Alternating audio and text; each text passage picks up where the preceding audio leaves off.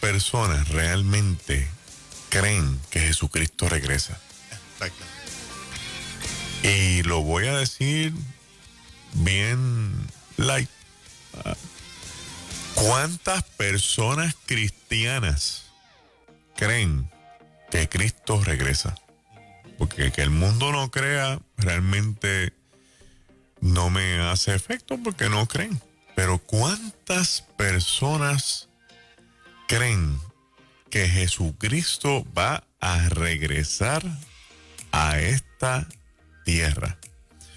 La importancia, la relevancia y la pertinencia de ese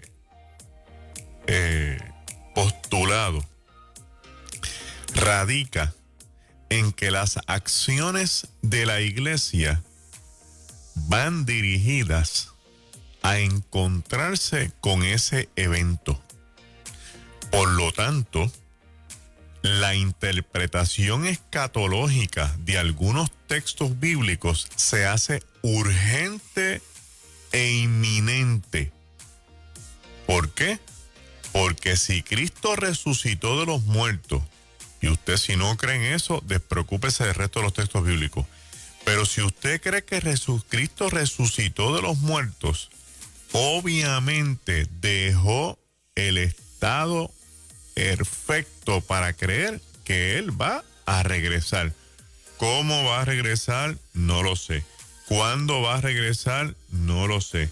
¿Qué sucede con lo que regresa? No lo sé, hermano. Yo lo único que sé es que la Biblia me dirige a una credibilidad increíble sobre este evento inminente de Jesucristo. Y vamos a mirar algunos de los postulados bíblicos fuera de todo apasionamiento, fanatismo del tema, de teorías de conspiración, del COVID-19, del nuevo orden mundial. Vamos a ver la Biblia para poder entender esto un poco mejor y vamos a añadirle también algunos elementos históricos para cuadrarla.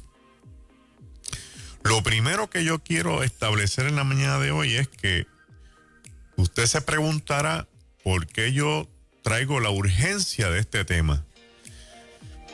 Traigo la urgencia de este tema porque a la iglesia original que yo pertenezco, que no es un concilio, sino la iglesia primitiva del libro de los Hechos, este es uno de los brazos fuertes de su mensaje, que aquel Cristo que crucificaron y resucitó de los muertos regresaba.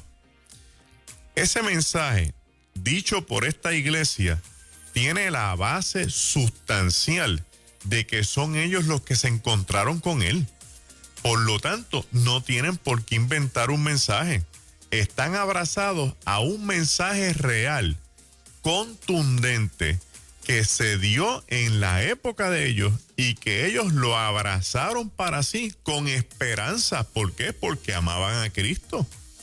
¿Por qué? Porque Cristo de verdad se convirtió en su Mesías y su Salvador, y porque no había ninguna otra razón en el mundo que fuera querer volver a encontrarse con Él. Así que la predicación de su regreso no era meramente un comando de díganle a la gente que yo vuelvo. No. Es que eso es lo que nosotros escuchamos, diría Pedro y diría Pablo.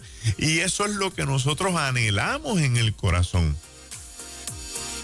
Lo segundo que ocurre en este fenómeno es algo que no tiene precedente. Vamos a mirarlo en términos sociales, reales, librándonos un poco del contexto escatológico bíblico.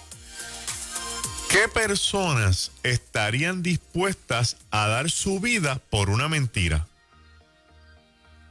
Yo no conozco mucho, yo creo que es un fenómeno que, a menos que sea fanatismo, a menos que sea elementos de poder salvar a alguien, pero así en la vida real no lo conozco.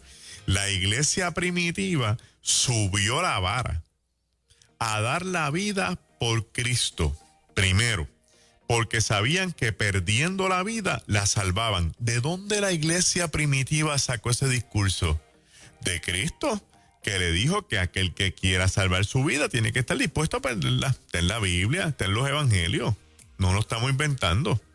Lo segundo, que si usted ama al Señor, lo que tiene que apasionarlo en su corazón es querer estar con Él en su momento, cuando Él lo determine, cuando Él tenga bien para que usted se encuentre con Él. Pues entonces, esta iglesia primitiva, cuando vio de momento que era posible que fueran a morir, lo celebraron. Y usted dice, es que eso es una locura. Si Pablo dijo que es una locura para el que no cree. Sí lo celebraron. ¿Por qué lo celebraron? Porque se iban a encontrar con su Señor. Y lo segundo, porque era un privilegio, era un honor que le fueran a quitar la vida por aquel que había dado la vida. Y no quiero que me cambie el significado ni la interpretación de esto, haciendo que yo estoy llamando a la gente a perder la vida. Estoy explicando lo que hizo la iglesia primitiva y por qué razón lo hizo. No estoy haciendo un llamado aquí a caudillos tipo Martin Luther King ni Malcolm X, porque eso no va a pasar en mi vida, para que lo tenga claro. Aquí lo que yo quiero es que usted se asegure la fe en quien usted la tiene y a dónde va a llegar la vara en algún momento de su vida, si es que llega. Por lo tanto, la vida de la iglesia primitiva no la determinó el gobierno, no la determinó el Estado, no la determinó el judío nacionalista, no la determinaron los enemigos que tenían de cultura helénica o cultura grecorromana. Estaba determinado por lo único que puede determinar la iglesia, el Espíritu Santo. ¿Qué Biblia estamos leyendo? Si Cristo dijo que viene el Consolador, y el Consolador no es otro que viene a administrar la iglesia. Esto sucede cuando hemos empezado a mirar la iglesia como una corporación más dentro de la sociedad y le hemos quitado el elemento real de la vida de la iglesia, que es proclamar el reino a tiempo y fuera de tiempo. La iglesia primitiva, en ese mensaje contundente del regreso de Cristo, lo hizo porque lo vio, porque lo experimentó y creyó en su palabra. Eso se ha convertido en una de las razones más poderosas para entender que de verdad Cristo existió, que de verdad Cristo resucitó y que de verdad Cristo dijo que regresaba. El que los discípulos estuvieran dispuestos en cada persecución a morir por el Señor. Nosotros no estamos en una persecución ahora, como me escribió alguna gente en el programa pasado. No sé por qué escribieron eso, porque yo no estoy comparando el tiempo de la iglesia primitiva con el tiempo nuestro.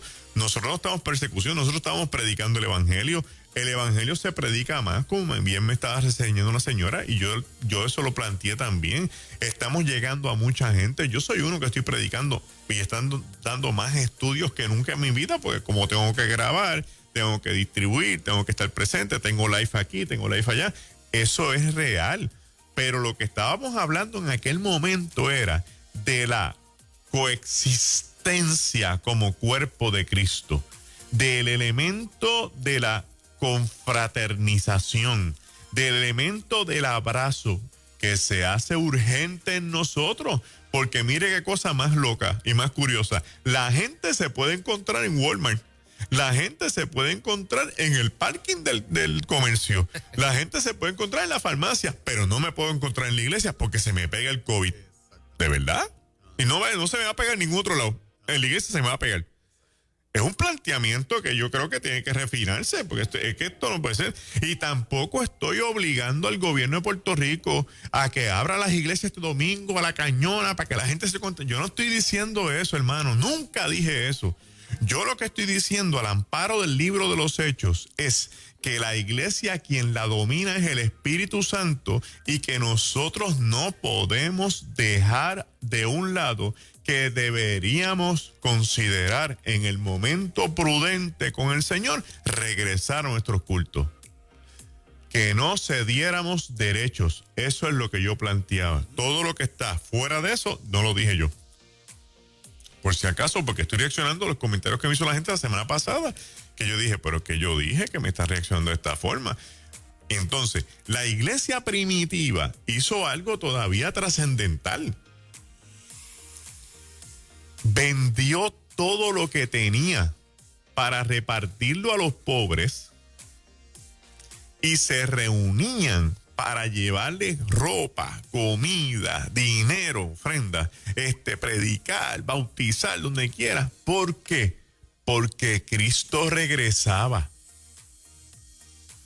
Porque el regreso de Cristo era inminente. Y entonces, ese mensaje en algún sitio del camino se distorsionó, se eliminó y en algunos templos se murió. Se murió. Yo recuerdo que siempre era Cristo sana, salva y vuelve otra vez. Eso es así. Y entiendo que la máxima del Evangelio siempre es salvación y su regreso, ¿no? Una de las razones más poderosas para nosotros poder entender qué pasó con ese mensaje que ya casi en muchos sitios ni se predica, es que la sociedad nuestra, especialmente la capitalista, porque esto en otros países no pasa, la capitalista empezó a adquirir tanto como bienes, estilos de vida, comodidades, posiciones sociales, y confundieron la realidad del evangelio con la vida existencialista que estabas teniendo. Entonces, nos acomodamos tan bien que a mí se me olvidó que Cristo va a venir. A mí me gusta esta vida, a mí me gusta lo que yo tengo, a mí me gusta mi carro, a mí me gusta donde estoy viviendo, a mí me gusta mi relación matrimonial, a mí me gusta mi familia, yo no quiero que nadie se muera. Y se nos olvidó, porque hablar de ese mensaje implica desapasionarse y despojarse de todo para que Cristo sea el centro de mi vida. O sea, ¿cómo yo puedo proclamar un Cristo que solamente va a ser Cristo para que me sane, para que me provea, para que me prospere, para que me añada? Y entonces después de esto, pues cuando venga, chévere, si debe ser al revés. Porque Cristo viene, me va a mantener vivo hasta el momento en que Él va a regresar. Cristo está conmigo, yo lo siento todos los días, pero esta tierra no es mi patria. Tan pronto yo me convertí al Señor y le entregué mi vida a Él, como se supone que se proclama en las iglesias, ya yo no tengo vida porque la vida le pertenece a Él. Él determinará y Él hará lo que se supone que haga con mi vida. Yo no puedo estar tomando decisiones por mí sin consultar con el Señor, porque estoy faltándole a la voluntad del señorío de Cristo. ¿Por qué? Porque en muchos momentos de nuestra vida, y yo estaba ahí metido, todo el mundo tiene a Cristo como su salvador personal. En otras palabras, yo soy pecador, Cristo me salva. Yo estoy en el mundo, Cristo me recoge. Yo vengo de la provincia lejana, Cristo me devuelve a la casa del Padre.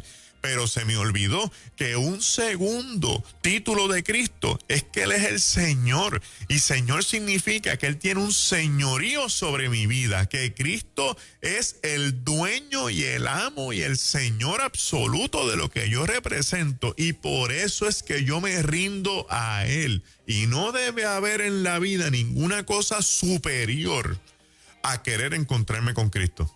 El texto bíblico, hallará fe el Hijo del Hombre cuando venga en la tierra, ¿tiene que ver con fe en su segunda venida?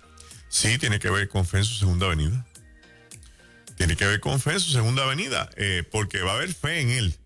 Él lo que se está cuestionando es, ¿y la gente creerá que yo vengo? La gente está clara en que yo voy a venir. Entonces, esa es la forma más fácil de diluirse como iglesia. Que en la dilución de la iglesia está el concepto de que, sí, Él va a venir. Pero ¿qué hacemos con todos los textos que hay en los evangelios con la palabra clave vigilad, velad y orad? ¿Qué hacemos con las parábolas que nos invitan a estar preparados porque no sabemos la hora?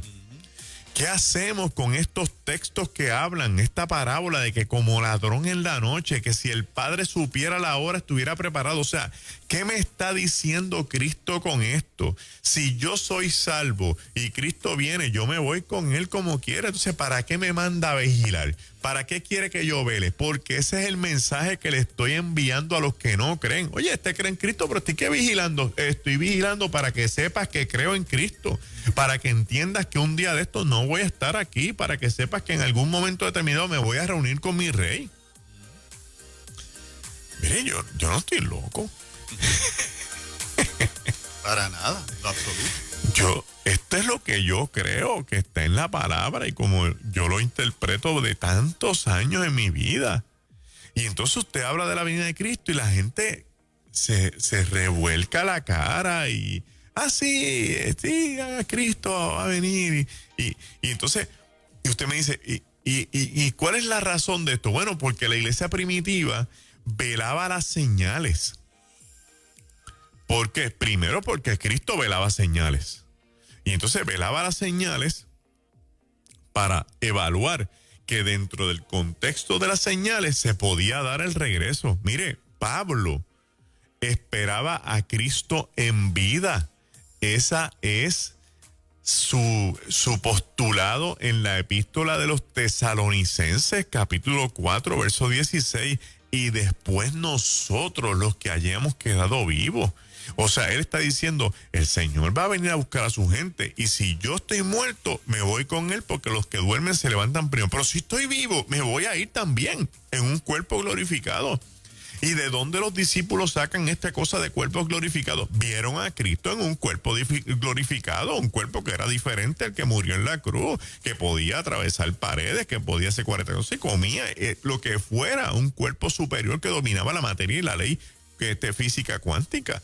Entonces, no, hablamos de esto y rápido el conocimiento.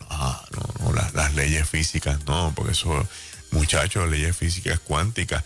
Pero si dice el texto bíblico que por Él y para Él todo fue creado, Él es el Señor de la creación, Él es la palabra que crea. La pregunta que yo me hago es, ¿estamos dejando de creer? Se nos está siendo difícil creer porque ahora tenemos más conocimiento y podemos explicar las cosas mejor y el razonamiento está debatiéndose sustancialmente con el elemento de la fe. ¿Qué ha pasado con este discurso de que Cristo viene? Que nos estamos acomodando en la primera fila de los estadios de la vida, que nos estamos sentando en el mejor sillón de la película del cine que se llama La Vida Hoy, para ver lo que va a surgir. ¿Qué ha sucedido? Que la iglesia primitiva, en vez de ser espectadores, eran participantes, y la iglesia actual ha querido cambiar para ser espectadores en vez de participantes. ¿Cuál es el mensaje que estamos llevando en cuanto a este regreso inminente de Jesús? Lo otro que a mí me llama la atención en gran manera es que estas personas casi no tenían reuniones conciliares. O sea, este grupo de la iglesia primitiva estaba haciendo el trabajo espectacular, y la única crisis, el sismo más grande que tuvo este grupo fue que Santiago quería judaizar a los gentiles y Pablo se opuso tenazmente porque no era necesario. Esa fue la única lucha que hubo y la salvaron, pero hubo consecuencias donde le dijeron a Pablo, vete tú y predica a los gentiles y bueno, cuentes con nosotros. Pero no hubo nada más, no hubo estos debates que tenemos hoy, estas luchas campales. Entonces la pregunta es, ¿por qué no? Yo pienso, mi opinión, que no estamos dejando que el Espíritu nos gobierne. Estamos dejando que nos gobierne la opinión pública. Estamos dejando que nos gobierne el que dirán. Estamos opinando de acuerdo a salvar la imagen. Estamos opinando a que nos da un poquito de temor hablar de escatología. Ponemos el tema del nuevo orden mundial y la gente brinca con cuestiones de teorías de conspiración. Damos nuestra opinión sobre todo lo que está pasando y ya somos irresponsables. ¿Y quién lo va a hacer? ¿Quién lo va a hacer? Porque la voz de la iglesia no se puede silenciar. Pues hay que hacerlo. Hay que hablarlo, porque usualmente lo que yo he visto en mi vida es que la gente que hace estas cosas sufre en el camino los ataques inmisericordias de los demás, pero después de unos cuantos años resulta que tenían razón.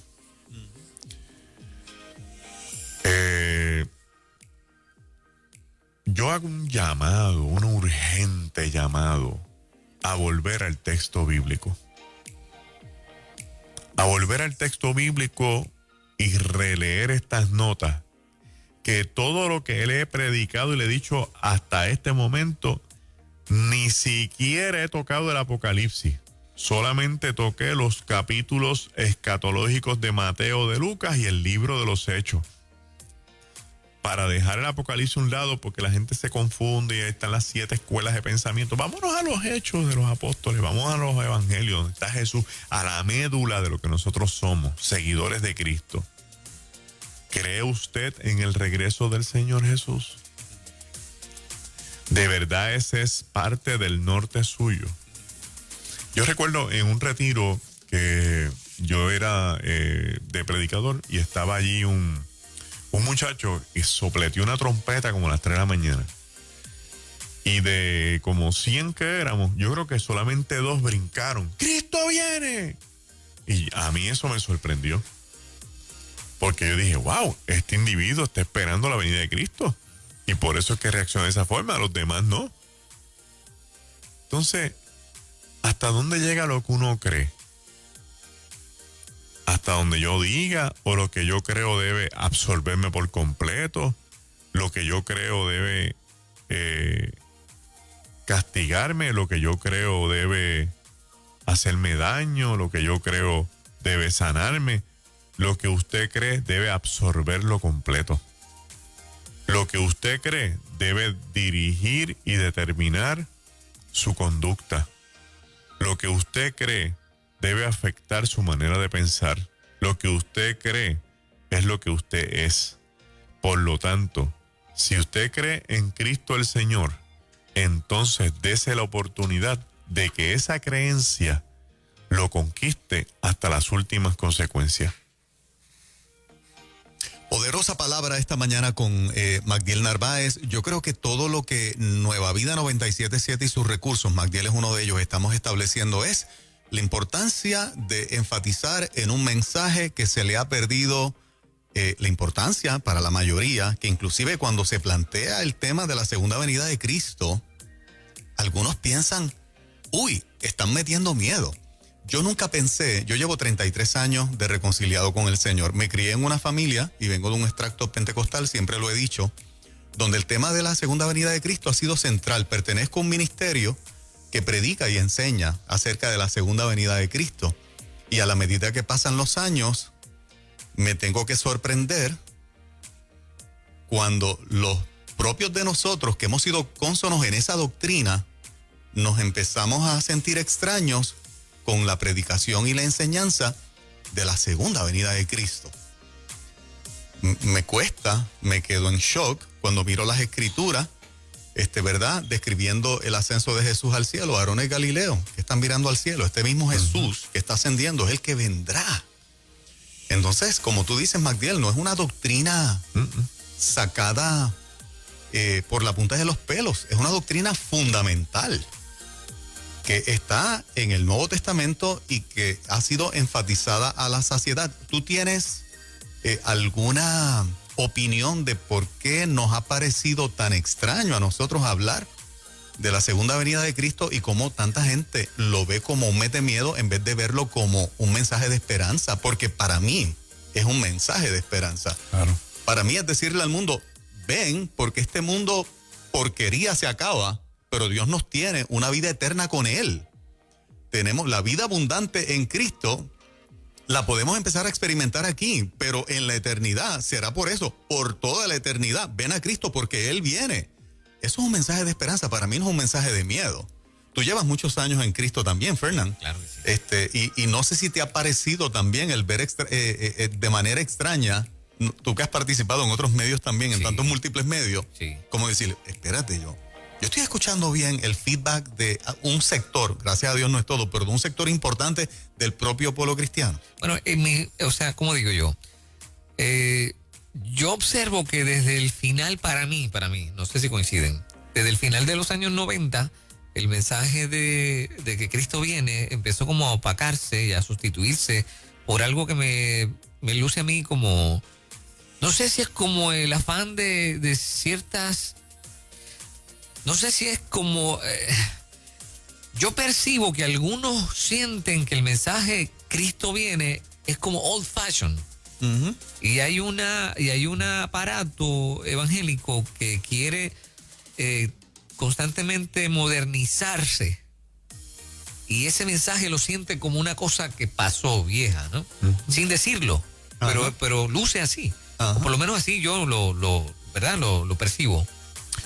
Y lo puedes ver también en la música. Fíjate, Juan, Magdiel, con los años, la música cristiana, en la música cristiana desapareció el mensaje de la segunda venida de Cristo también. Claro. No tan solo en los altares, sino en la música también. Ajá. Sí. Yo- Y yo no sé cómo pasó, pero lo observo en los pasados 25 años de esta manera. Y hoy es más vigente que nunca esa enseñanza. Oh, ¿Por qué? definitivamente. Porque se han cumplido un montón de cosas más que hacen el mensaje todavía mucho más real, mucho más vigente.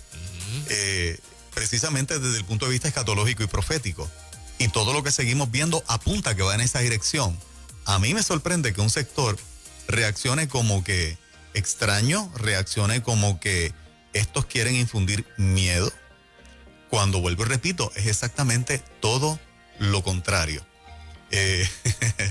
Yo me muero predicando el regreso de Cristo. Ujú. Si al yo morir, Cristo no ha venido, yo me voy a morir feliz como quiera porque me voy a encontrar con Él. Si viene mientras yo estoy vivo, lo voy a celebrar en gran manera. Si no lo veo yo estoy convencido que me voy a la tumba creyendo que será la próxima generación que lo va a ver. Pero nadie me va a quitar de la sangre Ujú. que mi Redentor, que está vivo, Así que es. resucitó de los muertos, regresa en algún. Podemos diferir en cuanto al rapto, a la tribulación, podemos diferir en cuanto a las interpretaciones, Ujú. pero el regreso de Cristo es inminente. Ujú. Así es. Y la iglesia que yo veo en Hechos y cuando veo las cartas de Pablo, donde el mensaje de Cristo era, ellos lo creían para su tiempo, era una iglesia revolucionaria, llena de poder, donde inclusive cuando las autoridades querían enfrentársele, no podían, estaban dispuestos a ir hasta, que de hecho al final le costó la vida a muchos, hasta la muerte, porque creían y estaban persuadidos de que la venida de Cristo era en su tiempo. Las actitudes cambian, en vez de aferrarte a cosas terrenales, te aferras a cosas espirituales y de eternidad. Cambia totalmente la forma en que manejas tu vida, en que ves tu vida aquí en la tierra. Se impone la necesidad del mensaje principal de que prediquemos a Cristo, porque si Cristo viene en este tiempo, pues entonces nos quedan ¿qué? Poquitos años para ganarnos a los demás. O sea, cambia totalmente tu enfoque. Y esa es la iglesia de Hechos que yo veo consistentemente. Y Dios, en recompensa por dirigirse y conducirse así, los llenaba de poder. Y ese trabajo era tan efectivo y tan efectivo y tan efectivo que los endemoniados eran libres, los enfermos eran sanados y vivían en una dimensión espiritual de poder, de revelación, que inclusive gente que no era muy ducha, educada, preparada académicamente, cuando la gente los escuchaba hablar decían, a rayo, pero si esta gente no pertenece al vulgo, ¿por qué hablan con ese denuedo y con esta palabra tan bien puesta, llena de poder? Porque Dios se lo daba. ¿Me equivoco, Magdiel? ¿Era así? No. Dice el texto que se ganaban el favor del pueblo, que el Señor añadía a la iglesia a los que iban a ser salvos y que todo el pueblo se maravillaba y se asombraba por las señales y los designios que hacían los apóstoles. Sí. Y uno de los más grandes era el amor y la compasión que se manifestaba entre gente que no eran iguales.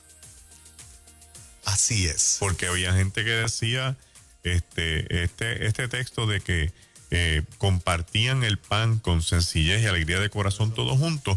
La gente decía, sí, la familia, bueno, sí, los discípulos. No, pero ese texto se refiere a la gente que no eran iguales. Por ejemplo, al dueño de una hacienda que se podía reunir a cenar con alegría de corazón con los esclavos y con los siervos. Entonces alguien me pregunta, ¿y por qué si son cristianos todavía esclavos? Porque si este dueño de estos esclavos que se convierte le da la libertad sin comprársela, otro va a venir a hacerlo esclavo y lo va a maltratar y lo va a destruir. Y para él no darle ese espacio, mejor lo deja como su esclavo para no tener que gastar tanto dinero y lo protege dentro de la misma hacienda como un hermano. Esa es la razón por la cual Pablo le escribe a Filemón y le dice, ahí te envío a Onésimo, trátalo como a uno de nosotros y si te debe algo, ponlo en mi cuenta. O sea, este es el esclavo tuyo, pero es nuestro hermano en la fe. Trátalo bien, como uno de nosotros, al punto que si te debe algo, yo lo voy a poner de la cuenta de lo que tú me debes. Y parece que Filemón le debía a Pablo. Entonces, ¿qué pasaba? Que se veía poderosísimo ver el dueño de una hacienda sentado en una mesa donde estaban sus siervos y sus esclavos, todos partiendo el pan, porque se convertía en la cena del Señor conmemorando el regreso de Cristo. La cena era para conmemorar el regreso, al punto que en la vida de los cristianos primitivos, los que eran judíos guardaban el sábado. Los que eran cristianos gentiles, algunos ayunaban y el domingo se reunían a celebrar la resurrección de Jesús, a partir el pan en la cena, porque eso conmemoraba que Cristo volvía. O sea, participar de la cena del Señor se ha convertido en un ritual común y corriente dentro de la iglesia, a pesar de que decimos, y Él dijo, haced esto todas las veces que le hicieres en mi nombre. Pero era el regreso de que iba a volver porque Cristo se despidió de sus discípulos en la cena en el aposento alto. Cristo no se despidió en Getsemaní lo arrestan y le entran a cantazo y todo el mundo se va corriendo porque tienen miedo, Judas va y se ahorca. O sea, el último acto de Cristo en paz, en buena lid, lo voy a subir la vara, en donde se sienta en la misma mesa con el que lo va a traicionar, amándolo. Y le dice a todos los demás, esta es mi sangre en el nuevo pacto y este es mi cuerpo que por vosotros es entregado y haced esto todas las veces que pudieran en memoria de mí hasta que yo regrese. Ese fue el elemento que los discípulos dijeron, pues cuando nos volvamos a reunir, lo que vamos a hacer es que vamos a acordarnos del regreso de Cristo. Es más, en la primera epístola de los tesalonicenses, en el capítulo 4, el texto que cité ahorita, el último texto de ese capítulo dice que Pablo le dijo a los tesalonicenses, usen estas palabras para que se alienten unos a los otros. O sea, que cuando pase el tiempo y Cristo no venga, en vez de desanimarme, utilizar esa palabra diciendo, y los que mueren en Cristo duermen, y los que duermen resucitarán primero, y después nosotros los que hayamos quedado vivos. Tú sabes la falta que me hace Gigi. No lo viste venir, Magdiel. En algún punto de la historia. Sí, lo vi venir porque en alguna forma u otra, de las cosas que yo estoy hablando son cosas que yo viví en algún momento. Por lo mismo, o sea, cuando yo te digo que la vida me succiona y entonces tengo este puestazo en la universidad y tengo todo al favor y las manos llenas, me olvidé del regreso de Cristo y lo veo como que sí va a regresar, pero no es esa pasión con la que se supone que nosotros lo estemos diciendo. Yo no he visto un culto donde la gente se despida diciendo Dios te bendiga, recuérdate, Cristo viene, Cristo viene, Cristo viene. Si no nos vemos el domingo fue que nos vimos con él. ¿Sabes? Yo esa pasión la dejé de ver hace muchos años. Y se fue perdiendo en el camino. Y a quien único yo veía constantemente, que un día hasta me encontré con él en la Interamericana de Arecibo y dije, Gigi, y me dijo, varón, y me abrazó y que se me dijo, recuerda, Cristo viene. O sea, me impactó de gran manera. Yo dije, wow, este hombre quiere ver a Cristo. Exactamente. Magdiel, hay una porción en el libro de Juan, y te pregunto, Juan 15, 18, dice, y me parece que es Jesús hablando, es que estoy viendo una iglesia que quiere estar también con el mundo, y quiere que el mundo la aplauda, y lo quiere hacer todo correcto, y permiso al Estado de cuándo empezamos y cuándo abrimos, y bajo qué protocolo. 2 meses, y no hay un protocolo todavía de abrir nada. Ahora van a empezar a organizarse. Exacto. Entonces, toda la preocupación es, no hagamos nada que el mundo nos pueda criticar. No hagamos nada que podamos ofender al mundo, porque bendito, ¿qué texto bíblico usaríamos si ofendemos al mundo y si creamos un escándalo? No molestes al gobierno. No, exacto. Entonces, cuando leo Juan 15, Jesús hablando dice, si el mundo os aborrece, sabed que a mí me ha aborrecido antes que a vosotros. Si fueras del mundo, el mundo amaría lo suyo. Pero porque no sois del mundo, antes yo os elegí del mundo. Por eso el mundo os aborrece. Ese es Jesús hablando. Sí, sí, porque la iglesia es el reino de Dios en la tierra. Y ya por definición va a estar en contraposición con el mundo de las tinieblas y con el mundo del pecado. Uh-huh. Y con todo aquello que pueda desafiar los principios del reino que nosotros proclamamos. Uh-huh. Sí, hay el elemento de contraposición que si yo tengo que obedecer las leyes del Estado, porque eso está en la Biblia, cierto, pero no está escrito en piedra. Porque si las leyes del Estado en algún momento van a desafiar mi fe, entonces yo tengo que abrir la boqueta y decir las cosas como son. Uh-huh. Lo que pasa es que hay también problemas, porque del 1970, 60, 70 para acá, todo lo que era un evangelio bien sano, bien ameno, se fue contaminando con todo lo que tenía que ver con la teleevangelización. Ajá. La fiebre de los teleevangelistas. Sí, la teleevangelización empezó a infiltrar elementos del mundo en la iglesia.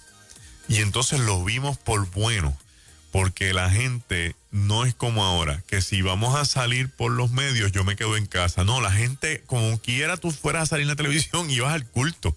Yo recuerdo estar en la iglesia de la calle Comerío con el pastor Florentino Santana, que yo creo que fue de los pioneros en Puerto Rico que transmitía un culto de Viernes Santo por televisión.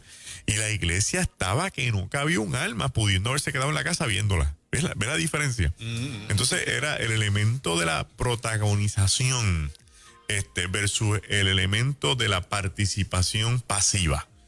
Y eso infiltró tantas cosas, las conversiones de artistas, el movimiento pentecostal radical de que Cristo venía, no vayan a las universidades, no estudien, Cristo está cerca, cedimos los espacios en la universidad, por eso hoy tenemos demasiados profesores humanistas, ateos y pocos cristianos, y entonces el mundo cristiano empezó a girar de tal forma que ya se hace difícil combatir, ya se hace difícil desafiar, ya se hace difícil desde el mundo cristiano hablar de género porque tenemos gente dentro del movimiento cristiano que auspicia el género. Se hace difícil contrarrestar el abuso contra los niños porque ya tenemos gente al lado de acá que dice que eso le pertenece a cada estado. Se hace difícil llevar una voz de frente contra lo que sea porque acá en las gradas tenemos gente que están de acuerdo con eso.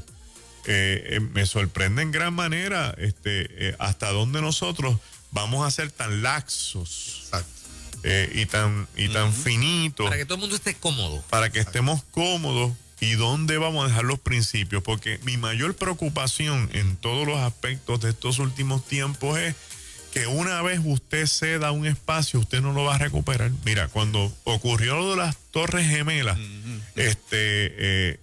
ya el gobierno de los Estados Unidos tenía listo el Patriot Act porque es que una ley no se hace de la noche a la mañana. Fíjate cómo la firman rápidamente porque es contra el terrorismo. Todavía tenemos miles de teorías de cómo ocurrió este asunto de las Torres Gemelas y del Pentágono, pero ya los Estados Unidos tenían licencia para atacar a Afganistán y a Pakistán y a medio mundo. Y no era solamente eso, no era una licencia para atacar, era que el Patriot Act daba un poder absoluto al gobierno en contra de unas garantías constitucionales que estaban existiendo, y se quedó así. Entonces, la iglesia no es de este mundo, pero está en este mundo. Y todas estas cosas nos afectan de una manera u otra. Y entonces hemos preferido predicar comodidad a predicar que Cristo viene. Porque al final del día, la predicación de que Cristo viene le pisa los callos a medio mundo.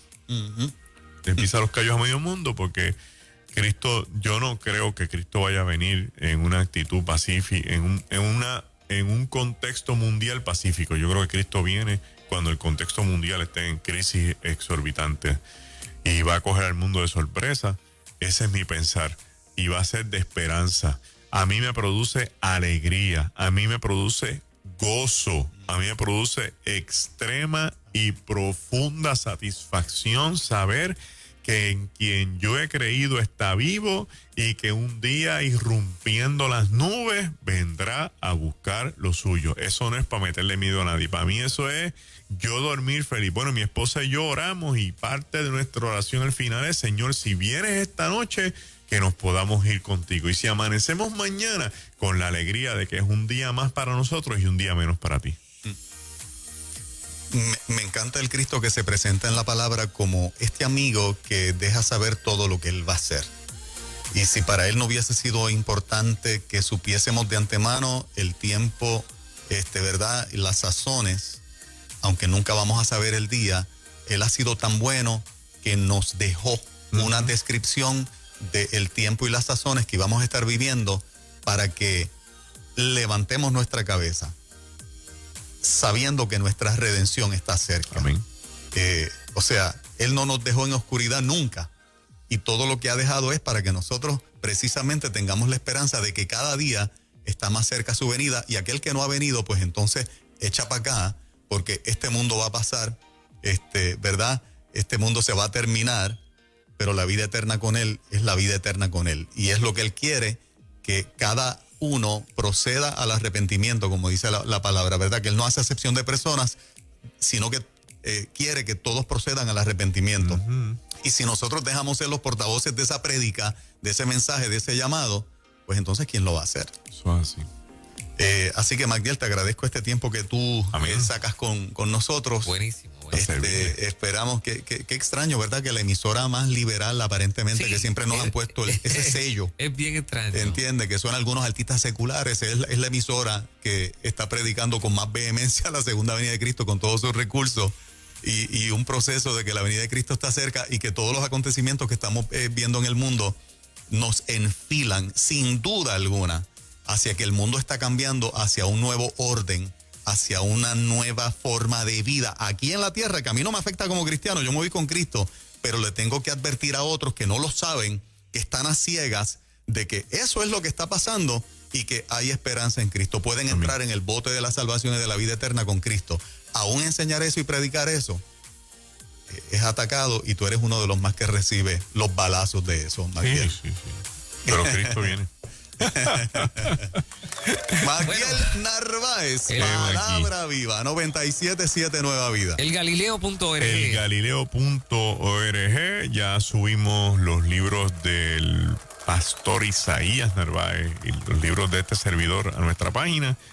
Tenemos el curso Ser Discípulos y vamos a subir esta semana Introducción a los Hechos, pendiente a nuestra página, que nos ha sido de mucho bien en estos días. Magdiel Narváez, señoras y señores, esto es En Ruta Nueva Vida 97.7. ¿Qué clase de contenido? Así es.